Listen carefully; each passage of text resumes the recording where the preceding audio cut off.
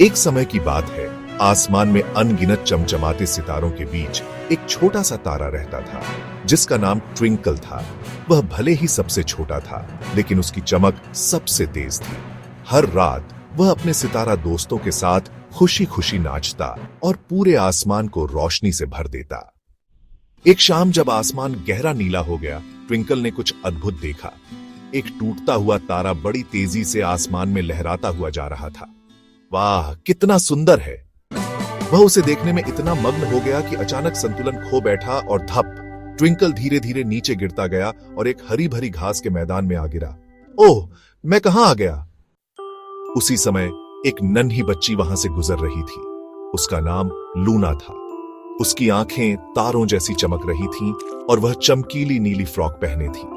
जब उसने घास पर चमकता हुआ ट्विंकल देखा तो उसकी आंखें आश्चर्य से फैल गईं। तुम एक असली तारा हो?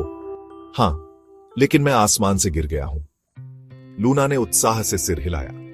बिल्कुल, पर तुम्हें वापस आसमान तक पहुंचाने के लिए हम क्या कर सकते हैं? उन्होंने कई तरकीबें आजमाई।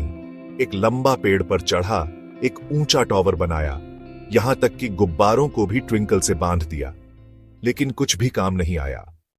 शायद हमें थोड़ा जादू चाहिए।